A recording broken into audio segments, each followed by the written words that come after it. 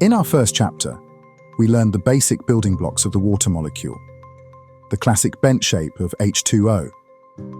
But it is only when looking at the molecule in 3 dimensions when we start to understand the molecular geometry a little better. If we rotate the molecule, 2 features that are often overlooked in basic drawings start to emerge.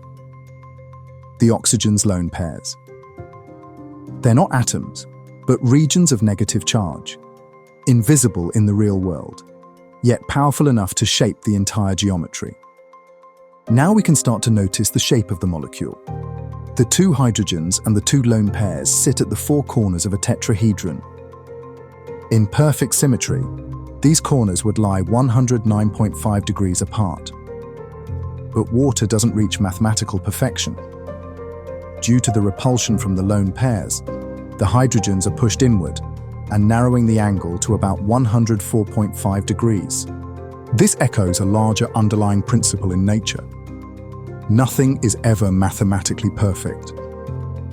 Even the shapes we treat as symbols of symmetry, the crystal arms of a snowflake, the hexagons of a honeycomb, even the straight line of a distant horizon, are only approximate perfection.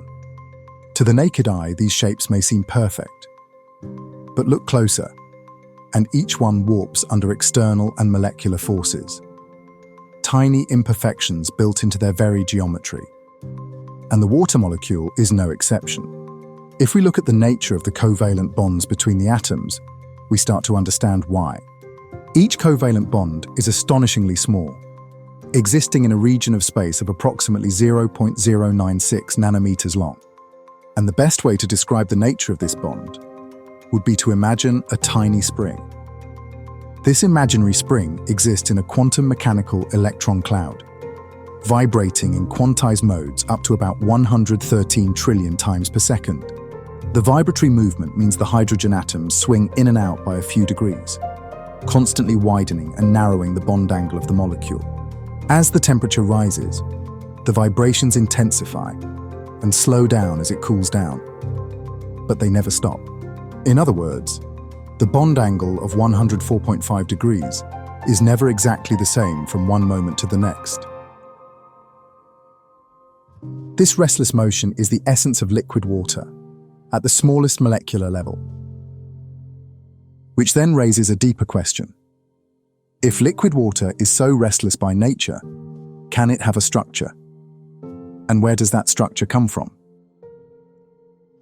Answering this question would require tracking every single water molecule in real time. But water reorganizes itself trillions of times per second. We simply do not have the technology to do this. Instead, scientists have built the picture statistically by taking millions of microscopic snapshots. And from that blur of motion, something remarkable emerges. A liquid structure isn't fixed in space. It's revealed only in time. To reveal this shape, we first need to look at how the water molecules interact with each other. The oxygen's lone pairs occupy regions of concentrated negative charge. These areas act as natural docking points for the positively charged hydrogens of neighboring molecules. The result is that every water molecule prefers to form up to 4 hydrogen bonds, 2 donated from its hydrogens, and 2 received through its lone pairs. A single hydrogen bond survives for only about 1 picosecond, or a trillionth of a second. And as these bonds form and break, a familiar pattern emerges. Their preferred directions line up with the 4 corners of a tetrahedron, echoing the shape of the molecule itself. This tetrahedral cluster, one central molecule surrounded by 4 neighbors, is the arrangement water prefers. It's the configuration that hydrogen bonds most strongly favor, the one they continually attempt to rebuild. But in reality, this perfect cluster is only a snapshot in time. Although each water molecule naturally aims for 4 hydrogen-bonded neighbors, thermal motion constantly disrupts that balance. Some molecules only bond with 3 neighbors, and some bond with 5, depending on how the network shifts around them. And in rare moments, a single hydrogen connects between 2 different oxygens at once, forming a bifurcated bond.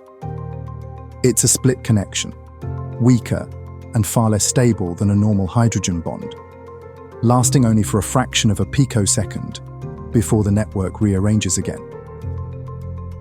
These irregularities are not flaws. They are what gives liquid water its dynamic nature and its remarkable, ever-shifting character and restless personality. Perhaps then, the best way to think of water's structure is to imagine shaking a box full of weak magnets, connections forming and breaking in an endless shuffle. Organized chaos, as once described by an Irish biophysicist, J.D. Bernal. And all that motion matters. Every moment a hydrogen bond flickers, a tiny pulse of energy is redistributed through the liquid. Even in a small droplet, trillions of these pulses ignite each second, gathering and carrying heat with a quiet power unique to water.